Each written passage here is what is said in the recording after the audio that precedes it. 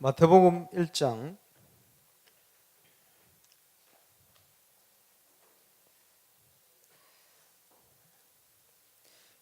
20절에서 22절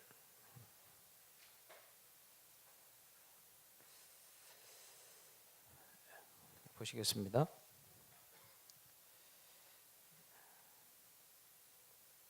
네, 20절에서 23절까지 교독에서 보시겠습니다. 이 일을 생각할 때에 주의 사대가 현몽하여 이르되 다윗의 자손 요셉아 내 아내 마리아 데려오기를 무서워하지 말라. 그에게 잉태된 자는 성령으로 된 것이라. 이름으로 예수.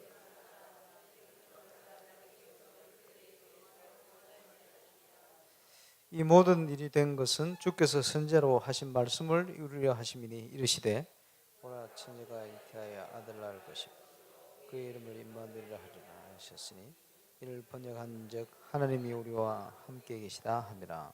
아멘.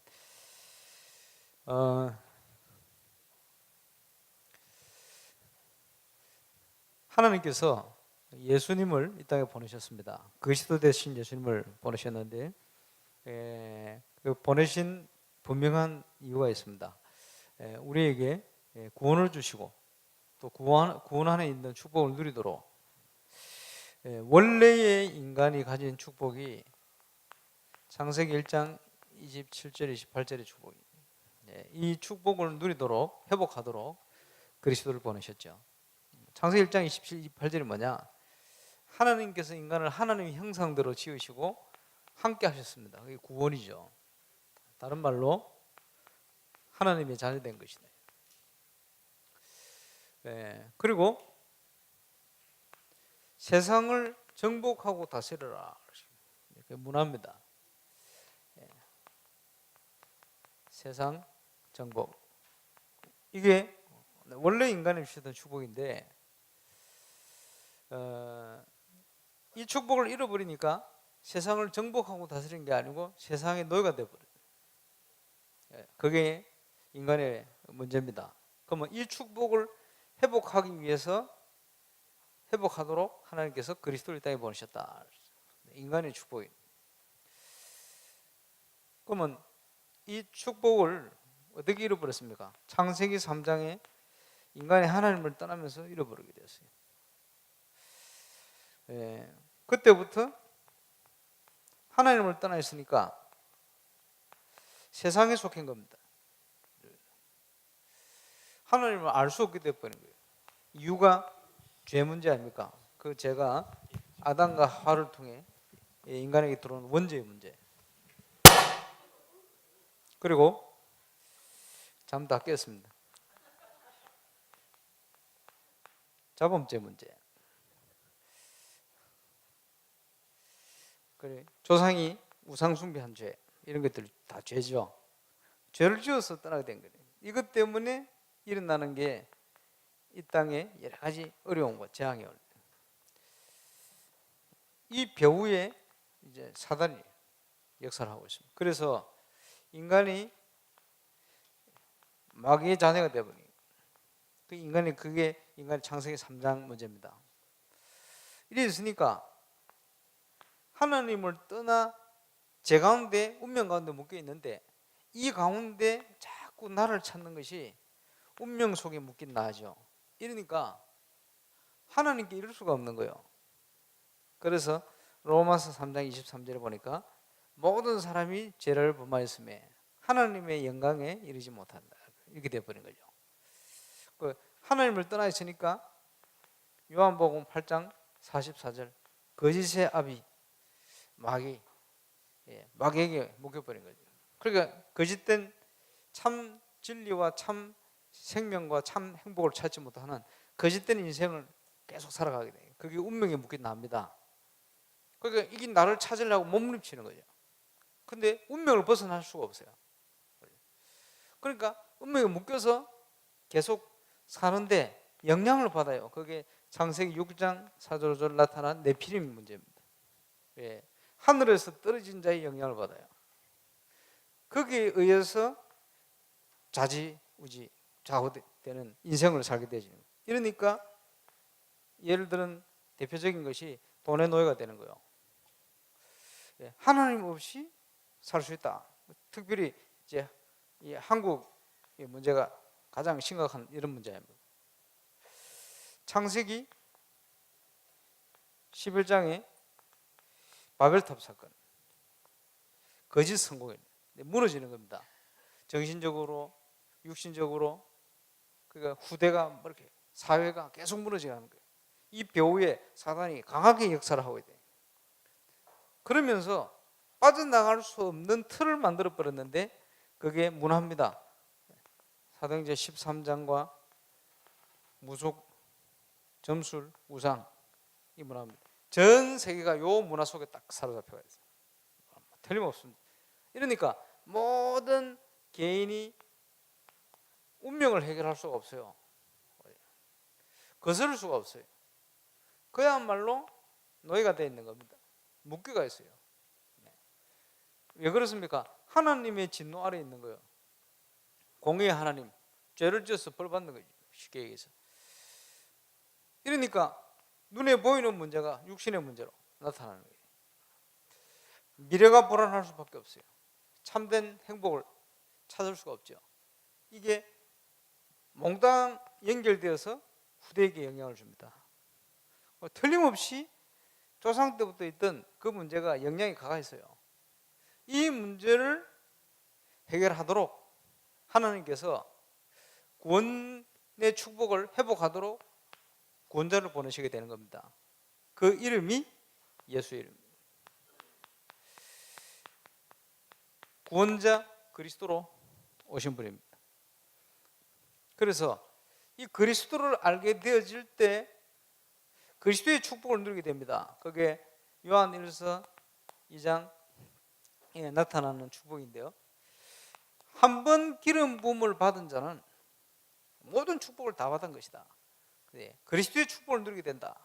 쉽게 설명한다면 그런 내용입니다. 그래서 이 구원을 주시는 예수님은 어떤 분이냐? 나와 아버지는 하나이니라. 이렇게 표현했어요. 예수님은 하나님 아들 하나님이십니다. 비유를 하자면 신학교 가서 그런 소가 새끼를 낳으면 송아지죠. 근데 소요. 그지?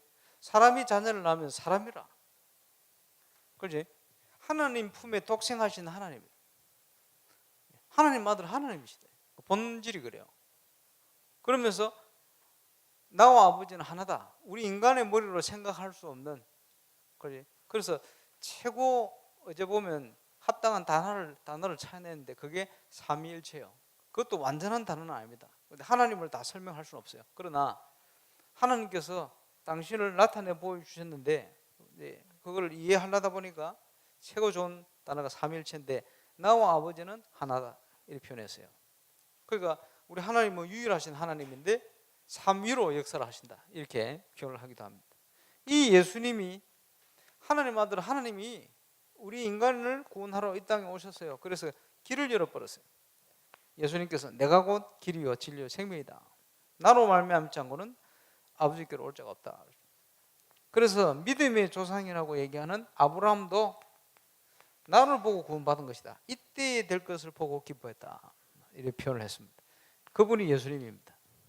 그러면 예수님께서 그리스도로 오실 것이 구약 성경에 예언되었어요. 그 첫 번째 예언이 창세기 3장 15절. 여인의 후손이 뱀의 머리를 상하게 할 것이다. 이 표현이죠. 그래서 계속해서 그때부터 피를 흘려서 인간의 죄를 대신 대속하도록 제사장이 그 역할을 했어요. 그래서 예루살렘의 그 성전 일대 유월절이나 이런 절기가 되면요, 성전 안에 사람들이 양을 가지고 가난한 사람 비둘기 가지고 뭐 이래 가지고 소를 가지고 그걸 얼마나 잡았는지 그게 피가 짐승의 피가 냇가를 이뤘대요.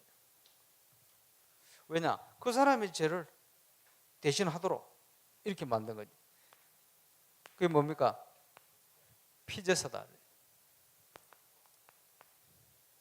그러면서 또 예언하시기를 보라 처녀가 잉태하여 아들 낳을 것이다. 그 이름을 임마누엘 할 것이다. 그랬고요. 그 예언대로 오신 분이 예수님입니다. 그래서 베드로가 은혜로 고백하게 됐습니다. 주는 그리스도시요 살아계신 하나님의 아들이십니다. 이렇게 구약 성경에 예언된 대로 신약 성경에 오셨습니다. 오늘 읽었던 본문이죠. 요셉아, 네 정혼한 마리아 데려오기를 두려워하지 말고 데려와라. 왜냐 하니까 저에게 잉태된 자는 성령으로 된 것이지 어떤 남자하고 남자를 알아가지고 부정해서 난 잉태된 것이 아니다. 이렇게 정혼녀가 잉태를 해버려서 제대로 만나보지도 못했는데 그러니까 이제 끊으려고 그랬어요. 왜? 그걸 통해서 안 그러면 돌 맞아 죽어야 되니까 불쌍해서 그냥 끊고 관계를 정리하려고 했는데 그 천사가 나타나고 아니다는 거예요. 마리아에게 잉태된 것은 성령으로 된 것이다. 그게 뭡니까? 성령으로 잉태하시는 마태복음 1장 20절. 그리고는 아들을 낳을 것이다. 그 옛날에 뭐 초음파 기계가 있습니까? 뭐 없잖아요. 아들을 낳을 것이다. 그 이름을 임마누엘 할 것이다. 이는 이름을 아들 낳을 것인 그 이름을 예수라 해라.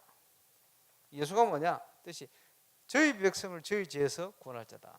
그지? 죄 가운데 빠져가지고 사단의 권세 아래 있는 인간을 그 죄 문제를 해결하려고 끄집어내는 거예요.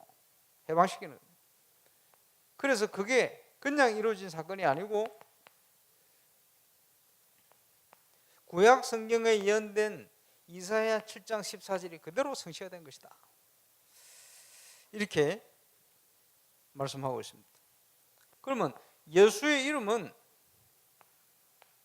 여호와의 구원 그런 뜻입니다. 쉽게 표현하자면 여호와의 구원. 그래서 어원이 여호와, 야훼 이렇게 표현하기도 합니다만은 여호수아라는 인물이 있었죠. 예수 이게 어원이 다 같은 어원이에요. 하나로. 그래서 나시기 전에 지어진 이름 그 이름이 예수인데 요한복음 17장에는 아버지께서 주신 아버지의 이름이다. 아버지께서 주신 아버지의 이름이다. 예수는 하나님 아들 하나님의 이름이에요. 이렇게 표현했어요. 그 이름으로 하나님이 선택한 자를 다 구원했다. 그리고 멸망받을 자는 멸망의 자식밖에 없다. 그래서 예수님이 오신 이유는 저희 백성을 저희 죄에서 구원할 자다. 예수님의 십자가는 모든 인류를 억만부도 구원하고 남을 능력이 있습니다만은 적용을 제한하는 거예요. 어디로 제한하냐? 당신의 백성을 구원하는 거예요. 이 자리에 예배하는 저와 여러분 위해서 예수님이 죽으신 거예요. 또 부활하신 거예요. 우리를 구원하신 거예요. 그 이름이 얼마나 놀라운지 모든 이름을 그 이름 앞에 무릎 꿇도록 만들어 버렸어요. 그리고 하나님께 이걸 통해 영광 돌리도록 하셨는데 그 이제는 어떻게 되느냐? 그 이름으로 우리가 생명을 회복하는 겁니다. 예수 이름 믿을 때 생명이 회복되는 거예요. 어떻게 해요? 영접하는 자, 곧 그 이름을 믿는 자들에게는 하나님의 자녀가 되는 권세를 주셨다. 그 이름으로 저희를 보존하나 지켰나니 그 중에 하나도 멸망치 않는다. 요한복음 17장에 얘기하고 있습니다. 그리고 이제는 그 이름으로 뭘 해야 되느냐? 모든 관계를 회복해야 됩니다. 첫 번째, 하나님과의 관계. 누구든지 주의 이름을 부르는 자는 구원을 얻을 것이다. 왜 이게 필요합니까?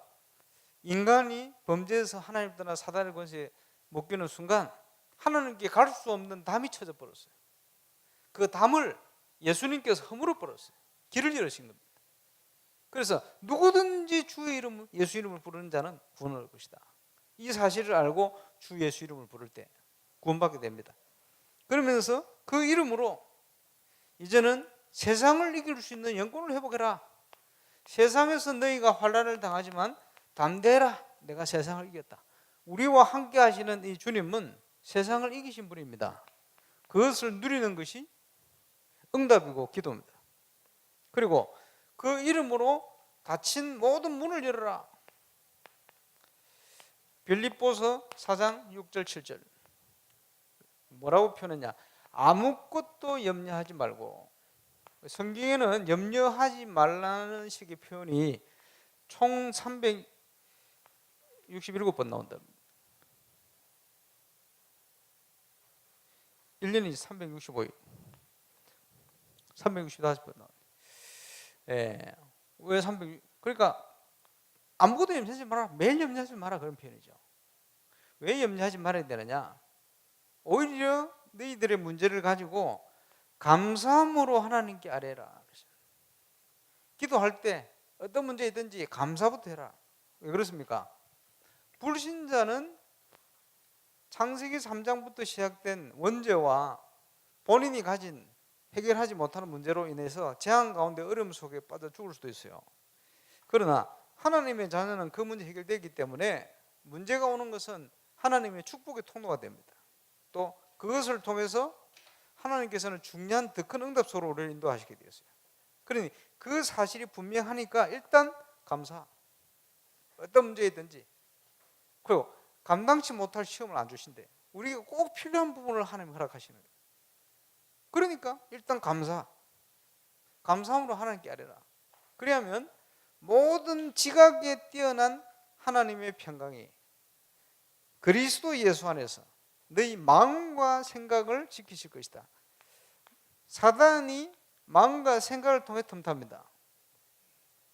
하나님의 응답이 어디 시작되어지냐? 우리의 마음과 생각에서부터 또 시작되집니다. 마음과 생각이 굉장히 중요한 거예요.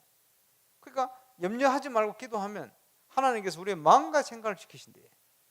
그냥 지키니까 지각에 뛰어난 하나님의 평강이 도무지 인간적으로는 이해가 안 되는데 말이에요. 이런 상황인데 마음이 편안한 거예요. 그렇지? 그건 우리 생각을 넘어서 그런 거예요. 마음과 생각을 지키신다. 그러니까 이제 여러분 뭐 요셉 같은 인물이 말이요, 그런 비밀이 없었으면 어떻게 되겠어요? 형들이 자기 죽일래 했지, 억울한 누명 썼지, 막 계속 인생이 어려움 오는데 잘 풀릴 새가 없어. 계속 어려운데 그게 아닙니다. 그 어려움이 아닙니다. 하나님의 축복의 길로 인도받고 있는 거예요. 그지? 우리가 이걸 볼 수 있다는 거예요. 그래서 아무것도 염려하지 마라. 왜냐? 여러분 염려함으로 키가 한 자를 더할 수가 없어요. 염려하면 키 큽니까? 안 큽니다. 염려하면 문제 해결됩니까? 안 됩니다. 그지? 염려하지 말라는 거예요. 할 필요가 없는 거예요. 그래서 닫힌 모든 문을 열어라. 왜? 하나님이 준비해 놓은 거 있어요. 이제 그걸 찾아내는 거예요. 답이 오는 거죠. 문제가 해결되는 거 응답. 그지? 문제가 온 이유를 깨닫는 거 해답. 그러면 거기서부터 시작할 수가 있어요. 그리고 그 이름으로 날마다 우리는 승리할 수가 있습니다. 날마다. 그래서 주의 이름으로 두세 사람 모이는 그곳에 내가 함께 한다. 하나님이 함께 하시는 거예요. 특별히 오늘 정교인 수련회가 시작되집니다. 주의 이름으로 모이는 그곳에 우리 주님이 함께 하신다. 특별히 지난 주간 우리가 메시지를 받았습니다만 미스바 운동, 그러니까 전 이스라엘 백성이 하는 데서 모인 거예요. 그지? 그게 뭐냐? 하나님의 말씀을 다시 언약으로 붙든 거예요. 이제 그때부터 이제 기적이 새롭게 시작되는 거예요. 네. 세계 렘넌트 대회가 지나서 이제 우리 전 성도가 모이는 정교인 수련회 모여질 때 하나님이 어떤 응답을 주시냐? 내가 그들 중에 있다. 하나님이 함께 하신다. 함께 하시면 어떤 일이 일어날지 몰라요. 오늘 최고로 응답받는 날 되시기 바라고, 뭐 다른 저녁도 챙겨드리니까 저녁 드시고 저녁 집회까지 빠짐없이 참여하셔서 하나님께서 예수 그리스도를 통해서 그 이름을 통해서 우리에게 주신 많은 응답들, 그 이름으로 기도하다가 최고 회복하는 응답의 날이 되시기 바라고. 근데 올해는 다른 외부로 가지 않고 이 장소에서 예배하고 내일 또 모레까지 계속 문화 행사들이 있습니다.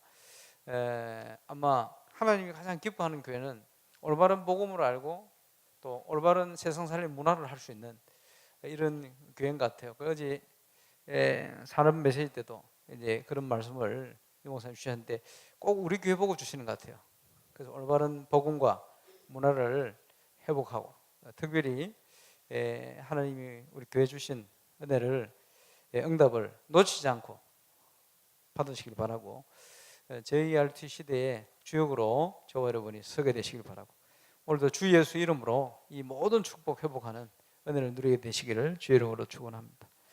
기도하겠습니다. 주님 감사합니다. 주 예수 이름 그 이름으로 우리의 모든 하나님이 준비하신 것들을 회복하는 축복의 날이 될 수 있도록 성령으로 함께 하시며 역사해 주시고 그 이름으로 모든 허강과 불신앙이 무너지는 은혜를 누리는 축복의 날이 되도록 역사하여 주옵소서.